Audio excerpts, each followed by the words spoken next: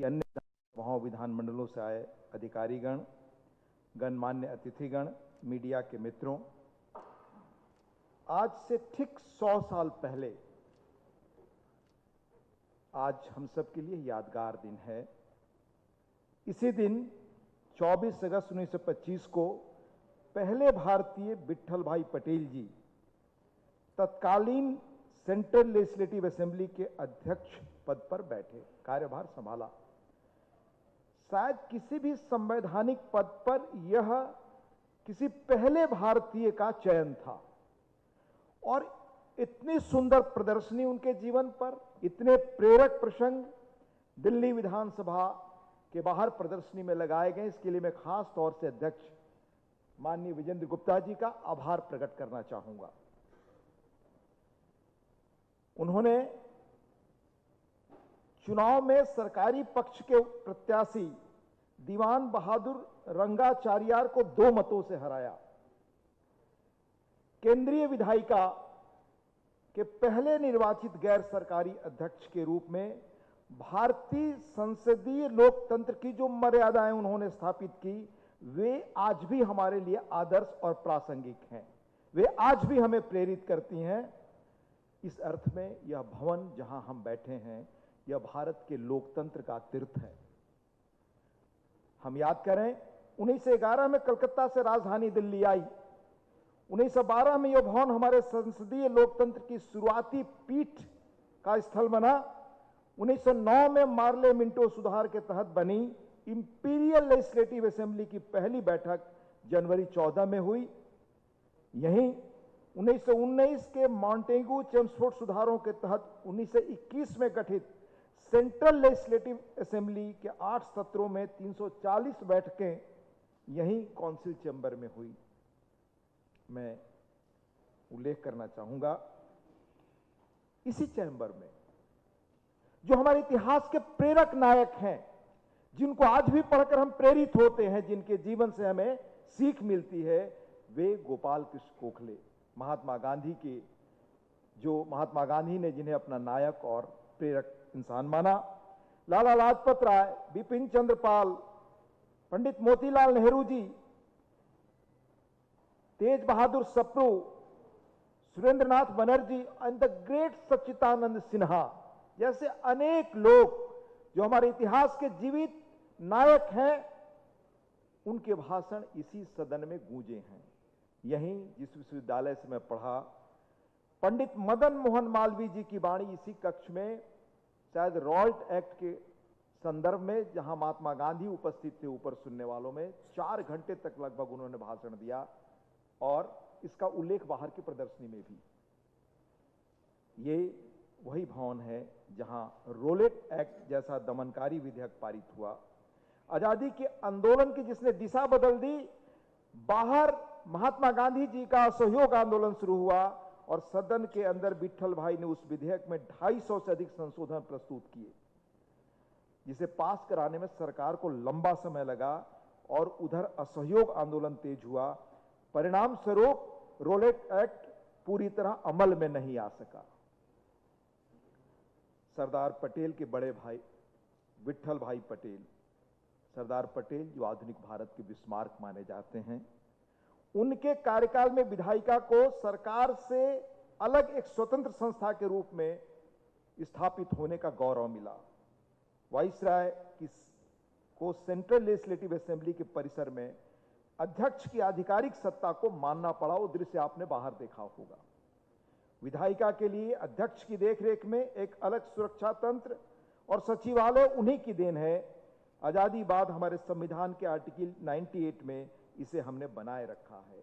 यह इस legislative assembly का ऐतिहासिक अतीत है जो हमें प्रेरित करता है। इस अवसर पर माननीय अध्यक्ष दिल्ली विधानसभा श्री विजेंद्र गुप्ता जी का आदेश था कि भारत के लोकतांत्रिक अतीत पर मैं कुछ अपने विचार आपसे साझा करूं। दरअसल हमारे नए संसद भवन में जरूर वो कक्ष आप देखिए, भारत के लोकतांत्रिक अतीत को दिखाती एक अलग दीर्घा वहां बनाई गई है। हम उस गौरवशाली अतीत के प्रति उत्तरदायी हैं जिसके लिए महात्मा गांधी, विट्ठल भाई पटेल, सरदार पटेल जैसे अनेक मनीषियों ने अपने जीवन को खपा दिया। हम अपने उस गौरवपूर्ण अतीत के साथ क्या आज न्याय कर रहे हैं, यह भी हमें आज स्मरण रखना चाहिए। हम लोकतंत्र की बात करते हैं तो हमें यह समझना होगा कि कोई भी तंत्र किसी भी विचार या परंपरा के आधार पर खड़ा होता है। समाज में स्वीकार स्थापित मूल्यों, मर्यादाओं, मान्यताओं को पोषित विकसित करने के लिए कोई तंत्र विकसित होता है। प्राचीन भारत का लोकतंत्र आधुनिक अर्थों में इलेक्टिव भले न रहा हो, लेकिन रिप्रेजेंटेटिव और डेलिबरेटिव था। भारत में संसदीय लोकतंत्र भले ही शताब्दी पूर्व आया हो, यहां की सनातन लोक मर्यादाओं, लोकाचरण में सदैव लोकतांत्रिकता रही है। आप कभी कल्पना करें कि कोई राजकुमार यहां शहर में घूमने निकलता है और जनता की दीनता, रोग और कष्ट देखकर वो वैराग्य लेकर गौतम बुद्ध बनता है। एक राजकुमार पिता का वचन रखने के लिए 14 वर्ष वन वन भटकते हैं। वो वनवासी समुदायों को एकत्र कर विश्वास और आस्था के साथ वंचितों के साथ खड़ा होकर अपने समय की सबसे महत्वपूर्ण राजसत्ता से वो टकराते हैं। इसी तरह मगध के एक राजा अशोक कलिंग युद्ध के बाद धम्म अपनाते हैं। एक सम्राट हर्षवर्धन हर 12 वर्ष पर प्रयाग के कुंभ में जाकर अपना सर्वस्व वंचित जनता को दान कर देते हैं। क्या ये सभी यह नहीं दिखाते कि किस तरह से हमारे यहां तत्कालीन राजतंत्र भी अगर हम मानते हैं तो उसमें एक लोकतांत्रिक प्रो पीपुल बहुत स्ट्रांग भावना थी। रामायण, महाभारत जैसे महान ग्रंथों को रचने में रचनाकारों ने अपना बौद्धिक निवेश किया। वे ग्रंथ सदियों और पीढ़ियों से जनसामान्य में प्रचलित रहे। यह दिखाता है इसमें निहित आदर्शों की समाज में कैसे व्यापक स्वीकार्यता रही, कैसे उन्होंने हमारे मूल्य और संस्कारों को गढ़ा। हमारे संविधान की मूल प्रति में शांति निकेतन के प्रख्यात चित्रकार नंदलाल बोस जी द्वारा हमारी परंपरा से लिए गए इवेंट्स उकेरे गए हैं। ये चित्र आधुनिक संविधान का अभिन्न अंग है। संविधान को हमारे अतीत की लोकनीति से जोड़ते हैं, संविधान को सांस्कृतिक वैचारिक संदर्भ देते हैं, उसे पूर्णता देते हैं। दुर्भाग्य से हम संविधान को इन चित्रों से अलग करके देखते हैं, इसलिए हम अपने समृद्ध अतीत की झलक नहीं पाते। यह विडंबना रही है कि हमारी शिक्षा प्रणाली से भारतीय लोकतंत्र को यूरोपीय मानदंडों से देखा गया। यूनान और रोम के लोकतंत्र के हिसाब से भारतीय लोकतांत्रिक परंपरा को आंका जाता रहा। ग्रीक सिटी स्टेट लोकतंत्र की तुलना भारत जैसे विविधतापूर्ण देश से करना ही अपने आप में एक किस्म से आयरनी है। ग्रीस के राजनीतिक गुरु प्लेटो का तो मानना था कि democracy leads to anarchy which is mob rule. विद्वान मानते हैं कि there was no public in Plato's Republic. अरस्तु ने कहा, and I quote, republics decline into democracy and democracies decline into despotism. वो सिकंदर महान के गुरु थे। रोम का लोकतंत्र तो चंद अभिजात्य वर्ग के लिए ही खुला था। सत्ता का केंद्रीकरण, षड्यंत्रकारी गुटबाजी, हिंसा और तख्ता पलट, यही रोमन लोकतंत्र की पहचान थे। भारतीय नैतिक दर्शन में साध्य और साधन दोनों की सूचना को महत्व दिया गया, जबकि पाश्चात्य राजनीतिक दर्शन में साध्य का ही महत्व है, साधन का नहीं। और महात्मा गांधी को हम क्यों दुनिया का विलक्षण व्यक्ति मानते हैं? उन्होंने हमेशा साधन और साध्य के बीच रिश्ता को सबसे अधिक महत्व दिया। उनके जीवन के अनेक लंबे प्रकरण है, वो विस्तार में मैं नहीं जाना चाहता। जब उन्होंने चौरी चौरा का प्रकरण देखिए, साधन और साध्य का प्रश्न उठाकर उन्होंने अपने पांव पीछे लिए। क्यों? इसका एक बड़ा दूरगामी महत्व है। ये हमारी संस्कृति की खासियत है कि हम साधन और साध्य को भी जोड़कर देखते हैं, यानी पवित्र रास्ते से पवित्र मंजिल तक पहुंचा जा सकता है। पूरा पश्चिम का दर्शन तो मैकियावेली की देन है। मैकियावेली इटली का आप जानते हैं दार्शनिक, जैसे हमारे यहां चाणक्य मानते हैं। उन्होंने प्रिंस किताब लिखी, उसकी मूल भावना है कि इंड्स जस्टिफाई मीन्स, यानी आप हत्या कर, षड्यंत्र कर, जो कुछ कुचक्र करके सत्ता में सक्सीड हो सकते हैं हो। सत्ता पाना महत्वपूर्ण है। सत्ता पाने के लिए रास्ते किस तरह के अपनाते हैं वो महत्वपूर्ण नहीं है। पश्चिम का दर्शन ये मानता है, भारत का दर्शन ये मानता है। ये बुनियादी फर्क है, ये भारत की विशेषता है। कौटिल्य ने प्रजा के हित में ही राजा का हित माना। 2300 सालों पहले राजा का कोई निजी हित नहीं होता। सम्राट अशोक अपनी प्रजा को अपनी संतान मानते थे। धौली अभिलेख जिसमें यह खुदा हुआ है। लेकिन मैकियावेली ने क्या कहा? It is better to be feared than loved, यानी राजा से लोग डरें, उसका सम्मान और प्रेम ना करें। यह बुनियादी फर्क भारत और यूरोप के चिंतन में रहा है। भारत की प्रकृति विविधता से भरी है। कौन सी विविधता नहीं हमारे यहाँ, भाषाई, क्षेत्रीय, धार्मिक, वैचारिक, हर प्रकार की विविधता। प्रसिद्ध अमेरिकी व्यंग्यकार मार्क ट्वेन 1887 में अपनी भारत यात्रा के दौरान फॉलोइंग द इक्वेटर में लिखा, भारत की विशालता और विविधता के बारे में कहा, it takes 80 nations speaking 80 languages to people to her. उसी मार्क ट्वेन ने काशी और भारत को देखने के बाद कहा था, India is the cradle of human race, मानव सभ्यता का यह पालना है, birth place of human speech, mother of history, the grandmother of legends and great grandmother of traditions. Bharat यूरोपीय नेशन स्टेट की अवधारणा से कहीं अधिक विस्तृत और विविधतापूर्ण है। तभी डॉक्टर सर्वपल्ली राधाकृष्णन ने तो भारत को कन्फेडरेशन ऑफ कल्चर्स कहा था। इसी विविधता को समाहित करने के लिए भारत का लोकतांत्रिक और समावेशी होना जरूरी था। केंद्रीकरण भारत के चरित्र के विरुद्ध है। हम मूलतः लोकतांत्रिक प्रवृत्ति, लोकतांत्रिक संस्कृति के लोग हैं। 2014 में पहली बार राज्यसभा आया तो मैंने अनेक सुक्तियां राज्यसभा में देखी हैं, जो वर्णन मैं कह रहा था कि किस तरह से शांति निकेतन के नंदलाल बोस ने हमारी संस्कृति से जोड़कर हमारे संविधान को दिखाया। आप वहां जाकर आज भी देख सकते हैं। और हमारी ट्रेडिशन में क्या रहा है, यजुर्वेद का एक श्लोक जो अक्सर घर घर हम उच्चारण करते हैं, बोलते हैं, सह नाव वतु सह नौ भुनक्तु सह वीर्य करवाव है, यानी हम साथ आगे चले, हम साथ भोग करें, हम एक दूसरे के साथ शांति बनाए रखें। इससे अधिक लोकतांत्रिक लोक नीति मेरे विचार में कोई और नहीं आपको मिलेगा। अंग्रेज इतिहासकारों द्वारा भारत की लोकतांत्रिक परंपरा को जानबूझकर दबाया गया ताकि वो अपने इस झूठ को, सिद्धांत को दुनिया में सही ठहरा सके कि भारत को सभ्य बनाना, बड़ा मशहूर कोट है, व्हाइट्स मैन बर्डन, यानी गोरे आदमी का बोझ और दायित्व है। भारत में लोकतांत्रिक प्राचीन समय से ही लोकतांत्रिक मूल्य और परंपरा विद्यमान थे। भारत के लोकतांत्रिक अतीत के बारे में हमारे संविधान निर्माता डॉक्टर अंबेडकर ने 10 अप्रैल 1948 को दिल्ली विश्वविद्यालय में एक व्याख्यान के दौरान कहा, एंड आई कोट, जब यूरोप के निवासी लगभग बर्बर और खानाबदोश जीवन जी रहे थे, यहां संसदीय संस्थाएं हमारे यहां काम कर रही थी। वास्तव में डॉक्टर अंबेडकर जैसे मनीषी का एक कथन भारत के लोकतंत्र की जननी होने के दावे को ऐतिहासिक संदर्भ देता है। हम लोकतंत्र और लोकतांत्रिक संस्थाओं से वैदिक काल से ही परिचित हैं। लोकतांत्रिक शासन की एक प्रसिद्ध परिभाषा, जनता का जनता द्वारा जनता के लिए शासन, हमें बचपन से बताया जाता है, जो पूर्व राष्ट्रपति अब्राहम लिंकन ने 1863 में दी थी। लेकिन हम यह भूल जाते हैं कि कौटिल्य के अर्थशास्त्र के पहले भाग विनयाधिकारिका के अध्याय 15 में एक श्लोक है। उसका अर्थ है कि लगभग 2300 वर्ष पूर्व, यानी ईसा से 300 साल पहले, यही बात उसमें उल्लेख है उस श्लोक में, राजा की खुशी प्रजा की खुशी में है। प्रजा का हित ही राजा का वास्तविक हित है। जो प्रजा को प्रिय लगे वही राजा का हित होना चाहिए। हमारे प्राचीन ग्रंथों में विभिन्न प्रतिनिधि निकायों और लोकतांत्रिक संस्थाओं का उल्लेख मिलता है। इसी तरह ऋग्वेद में सभा और समिति जैसे लोकतांत्रिक संस्थाओं के कई संदर्भ मिलते हैं। सभा बुजुर्गों की परिषद होती थी, यह राजा को शासन प्रशासन में सलाह देती थी। आपराधिक मामलों की सुनवाई करने वाली न्यायिक संस्था के रूप में भी काम करती थी। दूसरी ओर मशहूर इतिहासकार केपी जायसवाल के अनुसार समिति संपूर्ण जनता की आम सभा होती थी। ये दोनों संस्थाएं राजनीतिक दृष्टि से महत्वपूर्ण अधिकार रखती थी और राजा की शक्तियों पर नियंत्रण करती थी। राजा के लिए इन प्रतिनिधि संस्थाओं से सलाह और समर्थन लेना आवश्यक था।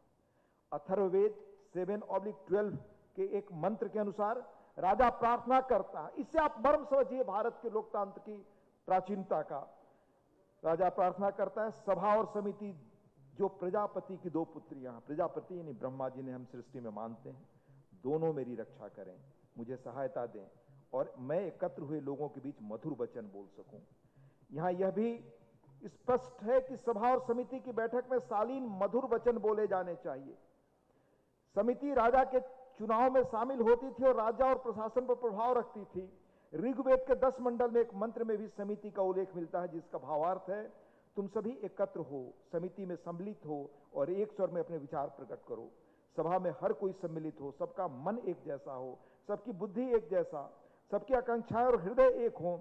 जब सबका मन एक हो जाएगा तभी तुम सुखपूर्वक और समरसता से रह सकोगे। यह मंत्र स्पष्ट रूप से दिखाता है कि डायरेक्ट डेमोक्रेसी और सर्वसम्मति पर आधारित शासन को भारत के लोकतंत्र में अभिष्ट माना गया। महाभारत के शांति पर्व में भी सभा का उल्लेख मिलता है। वह सभा सभा नहीं होती जो संसद में भी खुदा हुआ है, जहां वृद्ध यानी अनुभवी लोग नहीं होते। वे वृद्ध नहीं होते जो धर्म की बातें नहीं करते। वह धर्म नहीं जहां सत्य नहीं है, और वह सत्य नहीं जो छल और धोखे की ओर ले जाए। इसका एक उदाहरण राजसू यज्ञ की विधि में मिलता है। एक चक्रवर्ती सम्राट यज्ञ के दौरान 3 बार उच्चारण करता था, अदंडो अस्मि, यानी मुझे दंडित नहीं किया जा सकता। फिर पुरोहित अपने धर्म दंड से राजा की पीठ पर 3 बार स्पर्श करते हुए उसे चेताता था, धर्म दंडो असि, अर्थात हे राजन, आपको धर्म के दंड से दंडित किया जा सकता है। कानून के शासन का यह पहला उदाहरण था जहां विधि के सामने यानी कानून के सामने राजा हो या रंग सभी एक हैं। यह भारतीय मनीषा में चीजें रही हैं। राजा की शक्तियां सीमित थी। एक श्लोक में कहा गया है, राजा को सदा बुद्धिमान होना चाहिए, परंतु वह कभी भी अपनी मनमानी न करे। उसे सभी सभासदों, अधिकारियों और जनता की सलाह से काम करना चाहिए। सद सभा की उत्तम बुद्धि में स्थित रहना चाहिए। उत्तर वैदिक काल में गणराज्य संचालित राज्यों में इसी प्रकार की सभाएं कार्यरत रही। डॉक्टर सुभाष कश्यप के अनुसार गण शब्द का अर्थ है संख्या और गणराज्य का अर्थ है संख्या का शासन, यानी बहुसंख्यकों का शासन। गण एक सभा या संसद होती थी और गणराज्य मतलब हुआ सभा द्वारा संचालित शासन। इस प्राचीन गणराज्यों को गणराज्य कहा गया। ऐतरेय ब्राह्मण, पाणिनि की अष्टाध्यायी, कौटिल्य शास्त्र, महाभारत, मनुस्मृति, अशोक के स्तंभों पर लिखे अभिलेख, बौद्ध और जैन विद्वानों की रचनाएं, समकालीन यूनानी इतिहासकारों की कृतियां, अन्य ऐतिहासिक प्रमाण उत्तर वैदिक काल में गणराज्यों के अस्तित्व और उनके कार्य प्रणाली का विस्तार से उल्लेख करते हैं। 6ठी शताब्दी ईसा पूर्व बौद्ध कालीन कुछ प्रसिद्ध गणराज्य थे। शाक्य, मल, बज्जी, वैशाली। जातक कथाओं में इन गणराज्यों के कार्य संचालन की पद्धतियों का विवरण मिलता है। आपको जानकर आश्चर्य होगा, उत्तर बिहार में स्थित पूर्ववर्ती लिच्छवी गणराज्य के बसाड़ गांव में, बसाड़ इलाके में की गई खुदाई में अनेक साहित्यिक और पुरातात्विक स्रोत प्राचीन वैशाली के लोकतंत्र के बारे में बताते हैं। तथागत यानी बुद्ध ने बज्जी संघ के सभासदों से कहा कि जब तक वे आपसी सम्मति से रहेंगे, वरिष्ठ वृद्धों का सम्मान कराते रहेंगे, तब तक उनका शक्तिशाली पड़ोसी राजतंत्र मगध उन्हें पराजित नहीं कर सकता। इन स्रोतों से सर्वजन मताधिकार, सामान्य सभा समितियां, विचार विमर्श की व्यवस्था जैसे तत्व स्पष्ट रूप से दिखाई देते हैं। मैं उल्लेख करना चाहूंगा कि हमारे यहाँ सभा समितियों और बौद्ध काल के भिक्षु संघों में किस तरह नियमानुसार काम होते थे, इसका उल्लेख मिलता है। इनका संचालन एक निष्पक्ष, विद्वान, धर्मनिष्ठ और परिपक्व सभापति द्वारा, यानी आज के टर्म में जिन्हें हम अध्यक्ष कहते हैं, उनके द्वारा होता था। सभा के सदस्यों को सभासद कहा जाता था और सभापति को सभा के अनुशासन बनाए रखने का अधिकार प्राप्त था। सभा के अनुशासन के लिए सभापाल की व्यवस्था होती थी, जिन्हें आप आज की तारीख में मार्शल कह सकते हैं। इन संस्थाओं में कुछ प्रक्रियाएं आज के संसदीय उपकरणों जैसी थी, जैसे प्रस्ताव, कोरम, न्यूनतम उपस्थिति, बहुमत से निर्णय आदि। यहां तक कि कुछ स्थानों पर राजाओं का चुनाव भी इन्हीं संस्थाओं द्वारा किया जाता था। ये संस्थाएं सिर्फ राजा को सलाह ही नहीं देती थी, बल्कि उसे जवाबदेही भी सुनिश्चित करती थी। बौद्ध भिक्षु संघों में आधुनिक संसदीय प्रक्रियाओं जैसे कई नियमों का पालन किया जाता था। विनय पिटक में इन संघों की मतदान प्रक्रिया का वर्णन मिलता है। मशहूर इतिहासकार और राज्यसभा के पूर्व सदस्य डॉक्टर राधा कुमुद मुखर्जी के अनुसार बौद्ध संघों के काम से यह स्पष्ट होता है कि उस समय भी एक प्रकार का व्हिप था, जिसे गण पूरक कहते हैं। भारत के संविधान मसौदा समिति के अध्यक्ष डॉक्टर भीमराव अंबेडकर जी ने 25 नवंबर 1949 को संविधान सभा में जो कहा, वो मैं उद्धृत कर रहा हूं। It is not that India did not know what is democracy. There was a time when India was studded with republics, and even where there were monarchies, they were either elected or limited. There were never absolute. It is not that Indian did not know parliaments or parliamentary procedure. A study of the Buddhist Bhikshu Sanghs discloses that not only there were parliaments, for the Sanghs were nothing but parliaments, but the Sanghs knew and observed all the rules of parliamentary procedure known to modern times. यानी Europe जब एक तरह से अंधकार के काल में था, तब भारत की स्थिति थी। पहले भी मैंने अंबेडकर साहब का कोट किया दिल्ली विश्वविद्यालय में बोलते हुए। प्राचीन काल से लेकर विजयनगर साम्राज्य तक ग्रामीण और शहरी तमिलनाडु में स्थानीय स्वशासन की लोकतांत्रिक संस्थाएं सक्रिय थी। शिलालेखों और साहित्यिक स्रोतों के अनुसार दक्षिण भारत के वारंगल के काकतीय शासन काल में भी लोकतांत्रिक व्यवस्थाएं कार्यरत थी। इस प्रकार हम पाते हैं कि पूरे भारतवर्ष में क्षेत्रीय बदलावों के साथ हर राज्य में लोकतांत्रिक व्यवस्था का अंग था। आधुनिक लोकतंत्र के संदर्भ में अक्सर 13वीं शताब्दी में बने मैग्ना कार्टा को लोकतंत्र की नींव दुनिया मानती है, लेकिन इससे पहले ही 12वीं शताब्दी में भगवान बसवेश्वर ने भारत में अनुभव मंटप की स्थापना की थी, जो एक समावेशी लोकतंत्र का प्रायोगिक मंच था। यह मंटप सभी को एक साथ मिलकर राज्य और देश के हित में काम करने की प्रेरणा देता था। इसके अतिरिक्त चेन्नई के पास उत्तिरमेरूर गांव के एक मंदिर की दीवारों पर मिले शिलालेखों में भी चोल साम्राज्य के समय के स्थानीय स्वशासन और चुनावी प्रक्रिया का प्रमाण दर्ज है। इसमें उल्लेख है कि जो प्रतिनिधि अपनी संपत्ति की जानकारी नहीं दे सकते, उन्हें चुनाव लड़ने के लिए अयोग्य घोषित कर दिया जाता था। यह व्यवस्था हमारे यहाँ आज नहीं, बहुत पहले से थी। हमारे पूर्वजों ने न केवल लोकतांत्रिक मूल्यों और परंपराओं में विश्वास किया, बल्कि सार्वजनिक जीवन में ईमानदारी, निष्पक्षता और पारदर्शिता को भी महत्व दिया। और एक कदम आगे बढ़कर मैं और आपको बताऊं तो जिन्हें हम कहते हैं आदिवासी इलाके, उनमें किस तरह की लोकतांत्रिक व्यवस्थाएं थी, उसका अध्ययन हमें करना चाहिए। न सिर्फ नागरिक जीवन में लोकतांत्रिक प्रणाली थी, बल्कि आदिम जनजातीय समुदायों में भी लोकतांत्रिक व्यवस्था की गहरी पैठ थी। इसमें सर्वसम्मति से निर्णय लिए जाते थे और लिंग के आधार पर कोई भेदभाव नहीं किया जाता था। महिलाओं को सामाजिक जीवन में समान रूप से भागीदारी का अधिकार था। छोटा नागपुर पठार के आदिवासी समुदायों की शासन व्यवस्था भी लोकतांत्रिक प्रकृति की थी। छोटा नागपुर के आदिवासी समुदाय थे असम की टीवा, सिक्किम की जुमसा, मेघालय की का, री, लेफ्यू, सिमी, त्रिपुरा की जमातिया के होड़ा, अरुणाचल के केबांग और मोनपा, मणिपुर की हौसा, नागालैंड की पुटू मेंडेन और मिजोरम की लुसाई। इन जनजातियों की पारंपरिक परिषदें हुआ करती थी जहां सामूहिक निर्णय होते थे। हमारे यहाँ आध्यात्मिक आंदोलनों ने भी लोकतांत्रिक मूल्यों को प्रतिस्थापित किया। आध्यात्मिक और धार्मिक आंदोलनों ने समाज में समानता, सहिष्णुता और न्याय को बल दिया। सिख पंथ और भक्ति आंदोलन ने जात पात की परवाह किए बिना व्यक्ति और ईश्वर के बीच सीधा संबंध स्थापित करने के लिए प्रोत्साहित किया। लंगर प्रणाली, जिसमें सामुदायिक रसोई न केवल सामाजिक दूरी को मिटाती थी, बल्कि समुदाय के लोकतांत्रिक आदर्शों को मजबूत करती थी। इस तरह स्थानीय स्वशासन के बारे में किस तरह हमारे यहाँ व्यवस्था थी, बल्कि गांधी जी ने तो कहा था कि हम गांवों से जो व्यवस्था थी, गांवों से लेकर ऊपर तक कैसे व्यवस्था बनती थी, उसको उन्होंने समर्थन दिया था और कहा कि श्रीमन नारायण अग्रवाल ने भारत के लिए जो संविधान लिखा, जो गांधीवादी संविधान लिखा, उसकी प्रस्तावना खुद गांधी जी ने लिखी और कहा कि यह संविधान मेरे विचारों के सबसे अधिक नजदीक है। उस संविधान में पंचायतों को लोकतांत्रिक प्रशासन की नींव माना गया, जिसके ऊपर देश के लोकतंत्र की इमारत खड़ी होनी थी। और मैं बहुत संक्षेप में पश्चिम के कुछ विद्वानों ने कैसे हमारी पुरानी लोकतांत्रिक व्यवस्था के महत्व को बताया है, वो उल्लेख करूंगा। मैक्स मुलर के नाम से तो आप सभी परिचित होंगे, दुनिया के प्रसिद्ध इंडोलॉजिस्ट। उन्होंने कहा था, if I were asked under what sky the human mind has the most fully developed, I should, लंबा पैरा है जिसमें कहा है अंत में, I should point two India. Lok Sabha के पूर्व महासचिव और लीजेंडरी, वो अपने काम से बहुत ही मानक स्थापित करने वाले लोगों में माने जाते हैं, डॉक्टर सुभाष कश्यप ने अपनी पुस्तक parliamentary procedure, laws, privileges, practices and precedents में ब्रिटिश इतिहासकार थॉमसन को उद्धृत किया है। थॉमसन ने प्राचीन भारतीय प्रतिनिधि संस्थाओं को उनके अनुशासन, कामकाज और नियम को देखकर कहा कि ऐसा लगता है कि हाउस ऑफ कॉमन्स और लंदन काउंटी काउंसिल के नियम इन्हीं प्राचीन संस्थाओं से लिए गए थे।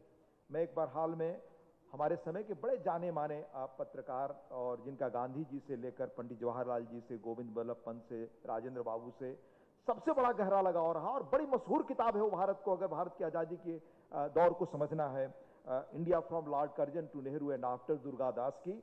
उसमें एक प्रसंग बताते हैं कि एक बार मैं विदेश गया तो मेरी बड़ी इच्छा थी कि मैं जॉर्ज बर्नार्ड शाह से मिलूं। जॉर्ज बर्नार्ड शाह आमतौर से लोगों से मिलते बहुत कम थे। उन्होंने कहा कि मुझे आश्चर्य हुआ कि उन्होंने मुझे समय दिया और बुलाया। तो बुलाकर जॉर्ज बर्नार्ड शाह ने कहा कि मैं आपकी बात सुनने के लिए, आपसे चर्चा करने के लिए नहीं बुलाया, मैं ये जानने के लिए बुलाया हूं कि दुनिया की जब सारी सभ्यताएं खत्म हो गई तो क्या कारण है कि भारत की सभ्यता बची रही। इसके बारे में दुर्गादास ने जवाब दिया, वो मोहम्मद इकबाल का है ना कि बात है कुछ ऐसी हस्ती की मिटती नहीं, हमारी ग्रीक, रोम, जहां सब मिट गए दुनिया से, पर क्यों हजारों वर्ष तक हमारी सभ्यताएं रही। यही जॉर्ज बर्नार्ड शाह जानना चाहते थे। दुर्गादास ने कहा है, लिखा है उस पुस्तक में कि हमने बताया कि हमारे यहाँ जो पुरानी प्राचीन परंपराएं थी, जो सामाजिक ढांचा था, जिसमें समाज महत्वपूर्ण था, उनकी मजबूती के कारण हमारी सभ्यता टिकी रही। अमेरिका मशहूर लेखक, इतिहासकार और दार्शनिक विल डुरंट ने अपनी पुस्तक द केस फॉर इंडिया, बड़ी महत्वपूर्ण पुस्तक है, कभी पढ़िएगा, भारत के बारे में बड़ी, वो दुनिया के इतिहास लिखने निकले थे। जब भारत पहुंचे तो भारत की जो दुर्दशा देखी अंग्रेजों के ज़माने में, उस पर वो किताब उन्होंने लिखी थी, बड़ी पुरानी किताब है द केस ऑफ इंडिया। उसमें वो जो कहते हैं एक जगह, भारत हमारे जीवन दर्शन की माँ है, ग्रामीण समाज की स्वायत्तता के रूप में वह लोकतंत्र की माता है, भारत माता हम सबकी माता है। मैं आपसे ये अर्ज करना चाहूँगा कि उसी लोकतांत्रिक स्पिरिट को गांधी जी, विट्ठल भाई जैसे स्वदेशी स्वराज्य के लिए, मूल्यों के लिए इन नेताओं ने अपना संघर्ष किया। महात्मा गांधी का लोकतंत्र सामाजिक नैतिकता से अलग नहीं था। बिना समावेशी लोकतंत्र के वे देशव्यापी अहिंसक आंदोलन कैसे खड़ा कर पाते। हमारे स्वतंत्रता संग्राम की मूल धारणा थी कि कोई भी शासक प्रजा की सहमति और प्रतिनिधित्व के बिना शासन नहीं कर सकता। इसी दृढ़ विश्वास के कारण ही ब्रिटिश सरकार को गवर्नमेंट ऑफ इंडिया एक्ट लागू करना पड़ा, ताकि ब्रिटिश भारत में भारतीयों के प्रशासन में प्रतिनिधित्व मिल सके। 1919 एक्ट के तहत 1921 में जब पहली बार सेंट्रल लेजिस्लेटिव असेंबली बनी, तब नियम के मुताबिक पहले अध्यक्ष सरकार द्वारा नियुक्त अंग्रेज अफसरशाही फ्रेडरिक व्हाइट बने, लेकिन उनके बाद अध्यक्ष के चुनाव के लिए स्वराज्य पार्टी के श्री विट्ठल भाई पटेल के नाम का प्रस्ताव हुआ।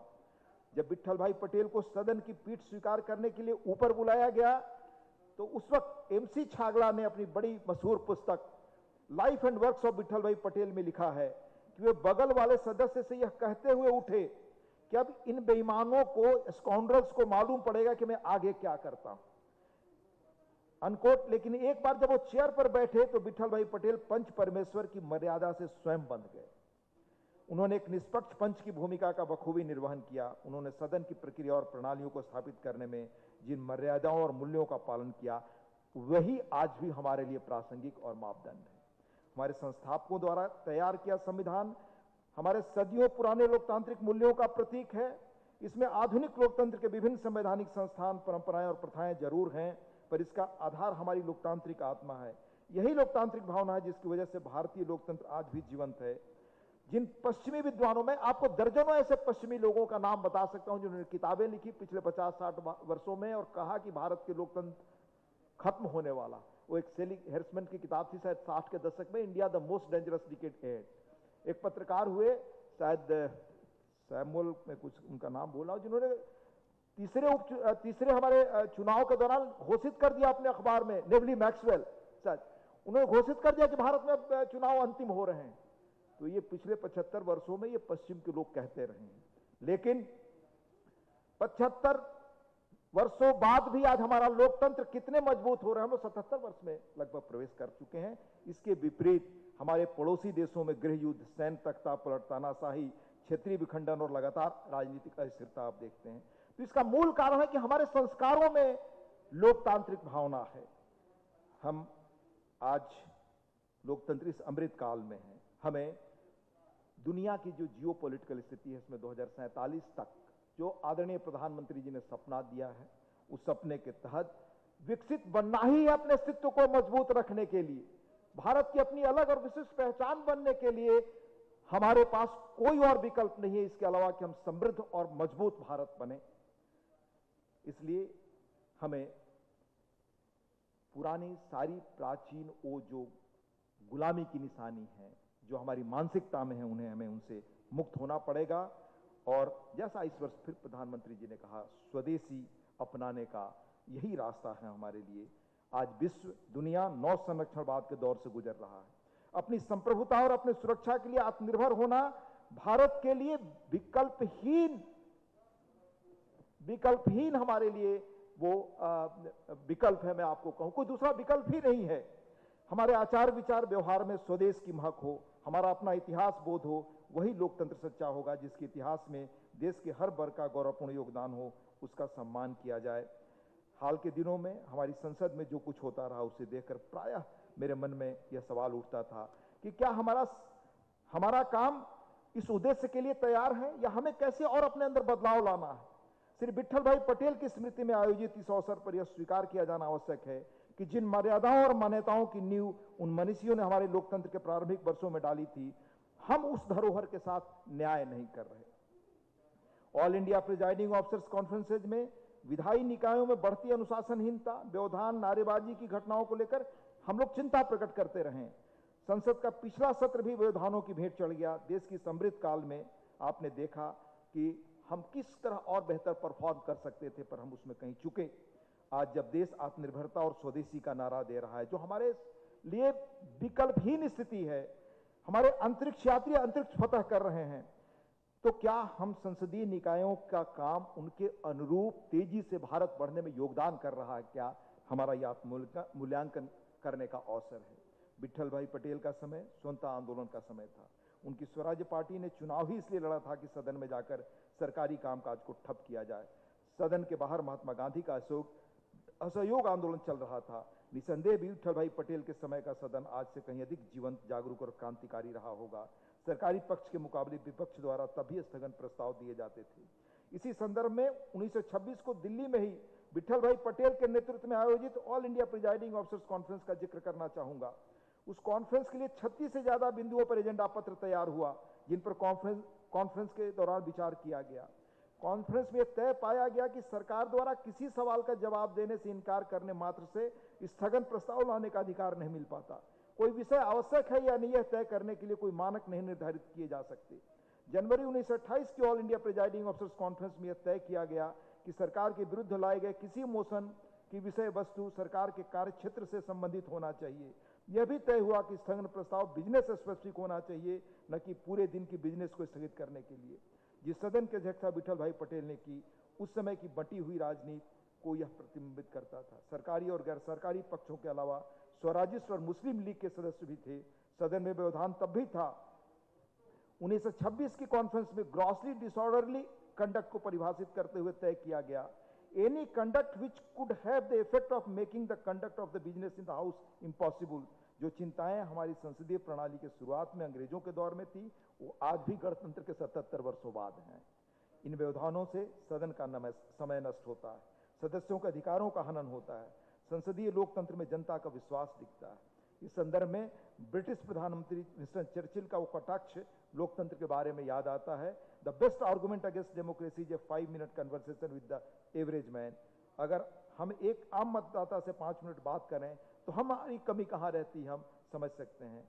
हम अपने संसदीय लोकतंत्र को उन मर्यादाओं के अनुरूप ढालें जो विट्ठल भाई पटेल ने उस दौर में डाली थी जब देश गुलाम था। आज तो हम अपनी नीति लिखने, अपना रास्ता तय करने के लिए खुद आज़ाद हैं। फिर अपनी कमियों के लिए हम किसे दोष दें?